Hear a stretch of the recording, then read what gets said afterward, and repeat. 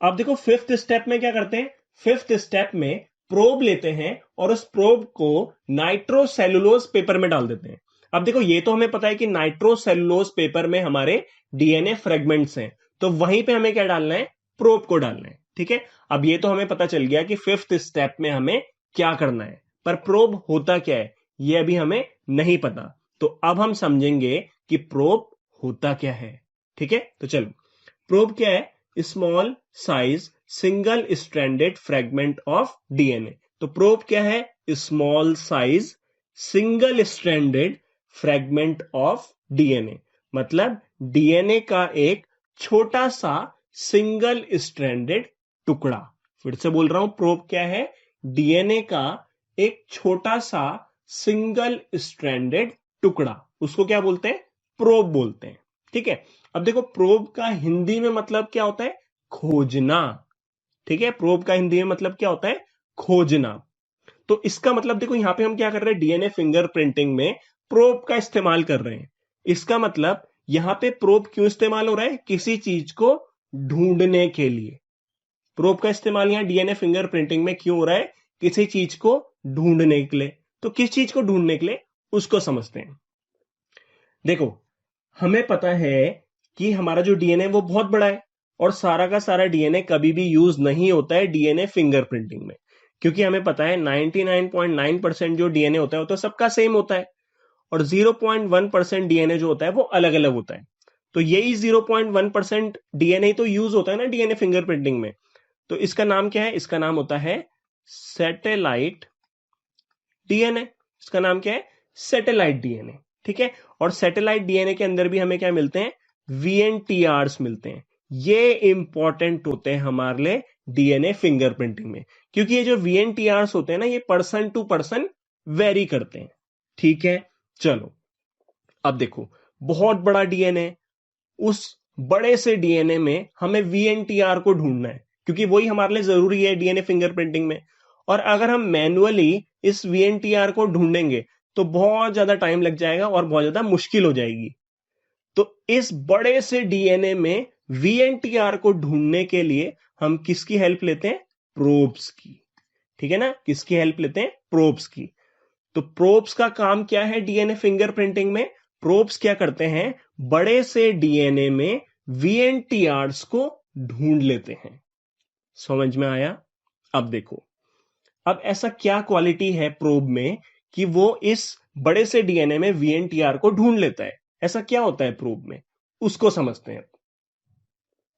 अब देखो जैसे कि एक ये डीएनए, ठीक है, इस डीएनए में सीक्वेंसेस हैं। अब मान लो ये वाला जो सीक्वेंस है TAG, ठीक है, ये सीक्वेंस है वीएनटीआर का सीक्वेंस। अब देखो वीएनटीआर जो होते हैं बहुत बड़े होते हैं, पर यहां पे इतनी जगह थी नहीं, इसलिए मैंने इसको छोटा सा बना दिया।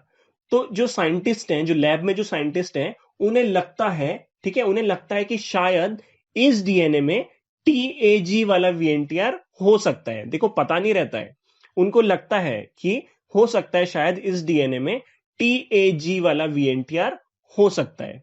तो कंफर्म करने के लिए, ढूंढने के लिए कि इस डीएनए में सही में TAG वाला वीएनटीआर है या नहीं, उसको ढूंढने के लिए हम क्या करते हैं, प्रोब बनाते हैं। ठीक है, अब प्रोब कैसे डिजाइन करेंगे, प्रोब को ना डिजाइन किया जाता है लैब में, उसको बनाया जाता है।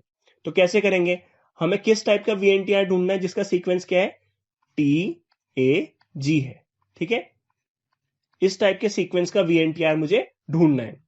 तो मैं प्रोब भी इसी के टाइप का बनाऊंगा। मैं क्या करूंगा, जो प्रोब बनाऊंगा ना, उसमें जो बेसिस डालूंगा वो कॉम्प्लीमेंट्री डालूंगा टू द वीएनटीआर। ठीक है, फिर से बोल रहा हूं, जैसे कि हमने माना ना कि ये वीएनटीआर है, इस वीएनटीआर में क्या है सीक्वेंस, TAG। तो मैं प्रोब में जो बेसिस डालूंगा वो इस तरीके से डालूंगा जो इसके कॉम्प्लीमेंट्री होंगे। तो जैसे यहां पे T है तो यहां पे क्या मैंने डाल दिया, A, या A है तो यहां मैंने T डाल दिया, या G है तो यहां C डाल दिया। तो इस तरीके से मैंने यहां पे ये प्रोब बना दिया। ठीक है, समझ गए। तो यहां पे देखो ये लाइन लिखी थी ना, ये प्रोब तो यहां तक पढ़ लिया हमने। उसके बाद क्या है, whose sequence is complementary to the VNTRs, है ना। तो प्रोब में हम क्या करते हैं, जो सीक्वेंस डालते हैं ना, वो कॉम्प्लीमेंट्री टू द VNTR डालते हैं। ठीक है, तो ऐसे प्रोब्स को क्या बोला जाता है, ऐसे प्रोब्स को बोला जाता है VNTR प्रोब्स, ठीक है।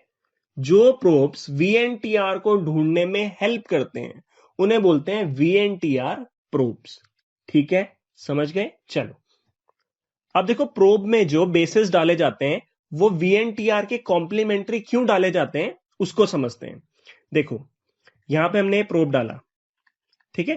प्रोब में क्या है, यहां पे जो बेसिस है वो क्या है, ए टी सी।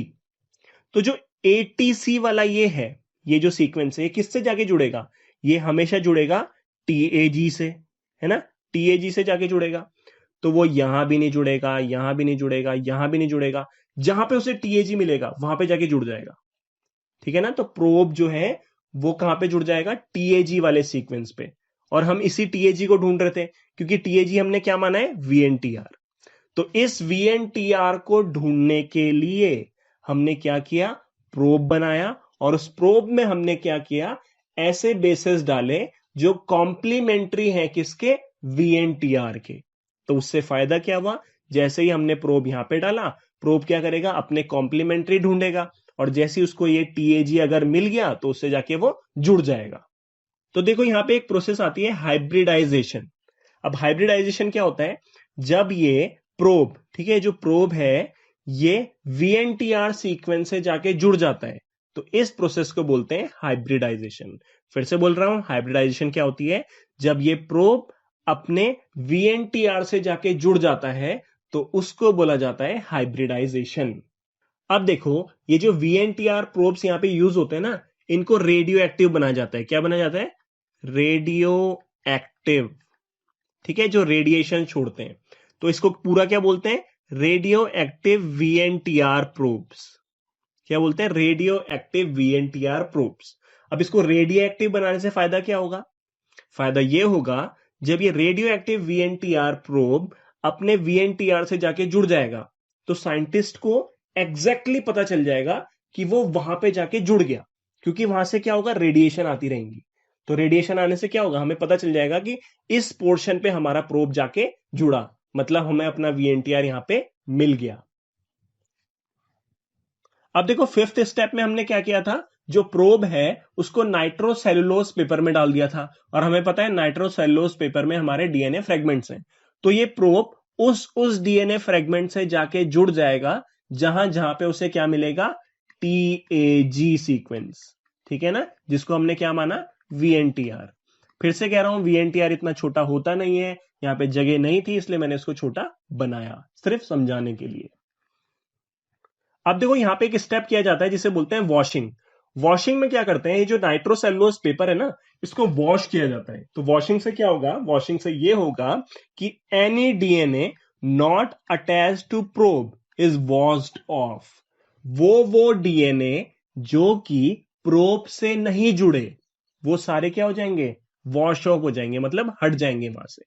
जैसे कि मान लो इतना पोर्शन है, ठीक है, इतना पोर्शन है, इतना पोर्शन जो है वो प्रोब से जाके नहीं जुड़ा, तो वॉशिंग में क्या होगा, इतना पोर्शन हट जाएगा, मतलब अलग हो जाएगा, सिर्फ क्या बचेगा, इतना पोर्शन, ठीक है ना, ये सिर्फ इतने पोर्शन बचेंगे हर फ्रेगमेंट में जहां जहां पे प्रोब जुड़ा हुआ होगा। बाकी डीएनए क्या हो जाएगा, वॉश ऑफ हो जाएगा, मतलब हट जाएगा। तो इससे फायदा क्या होगा, इससे फायदा यह होगा कि अब हमें नाइट्रोसेलुलोज पेपर में सिर्फ क्या मिलेंगे, वीएनटीआरस, ठीक है, सिर्फ हमें क्या मिलेंगे, वीएनटीआरस, और बाकी जो डीएनए होगा वो सारा हट चुका होगा। किसकी वजह से, वॉशिंग की वजह से। तो यहां पे फिफ्थ स्टेप कंप्लीट हो गया। अब सिक्स्थ स्टेप आता है जिसे बोलते हैं ऑटो रेडियोग्राफी। अब देखो ऑटो रेडियोग्राफी में क्या करते हैं, ये जो हाइब्रिडाइज डीएनए, हाइब्रिडाइज डीएनए मतलब ये जो वीएनटीआर और इसके साथ जो प्रोब जुड़ा हुआ है, ठीक है ना, वीएनटीआर और प्रोब जो जुड़े हुए हैं इसी को क्या बोलते हैं, हाइब्रिडाइज्ड डीएनए, ठीक है।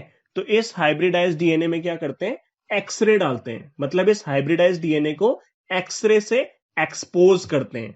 तो इससे क्या होगा, इससे यह होगा कि एक्सरे फिल्म पे क्या बन जाएंगे, कुछ पैटर्न बन जाएंगे, जैसे पैटर्न बन रखे ना, ये पैटर्न बन जाएंगे, ठीक है, ब्लैक कलर के होते हैं, ये ऐसे पैटर्न यहां पे बन जाएंगे, और यही हमारा क्या है, डीएनए फिंगरप्रिंट, ये हमारा क्या है, डीएनए फिंगरप्रिंट। तो देखो ऊपर हमने क्या किया था, ब्लड लिया था, है ना, और वो ब्लड जिस भी पर्सन का होगा उस पर्सन का यहां पे डीएनए फिंगरप्रिंट बन गया। फिर से बोल रहा हूं, ऑटो रेडियोग्राफी में क्या करते हैं, ये जो हाइब्रिडाइज्ड डीएनए है इसको एक्सरे से एक्सपोज करते हैं। तो इससे क्या होगा, एक्सरे फिल्म पे क्या बन जाएंगे, कुछ इंप्रेशंस बन जाएंगे, और वो जो इंप्रेशंस बनेंगे वो किसके होंगे, वो होंगे वीएनटीआरस के। ठीक है, और हमें पता है जो वीएनटीआरस होते हैं वो यूनिक होते हैं हर पर्सन में, तो इसलिए जो इंप्रेशंस बने ये क्या हो गए, यूनिक हो गए, और इन्हीं इंप्रेशंस को क्या बोलते हैं, डीएनए फिंगरप्रिंट। इसीलिए जो डीएनए फिंगरप्रिंट होता है वो हर पर्सन का यूनिक होता है। तो देखो डीएनए फिंगरप्रिंटिंग में क्या करते हैं, दो पर्सन के डीएनए फिंगरप्रिंट्स बनाते हैं, फिर उन डीएनए फिंगरप्रिंट्स को आपस में कंपेयर करते हैं, जिससे पता चलता है कि इन दोनों पर्सन के जो डीएनए वो कितने सिमिलर हैं या कितने डिसिमिलर हैं। ठीक है, ओके। चलो अब यहां पे एक मैसेज है, देखो यार मैंने इतने सारे कलर यूज करे तो आपको भी एक कलर यूज करना है जो कि है ब्लू। तो आपको सिंपल क्या करना है, वो जो लाइक का बटन है ना उसको ब्लू कर देना है, बस सिंपल है। Okay, bye bye.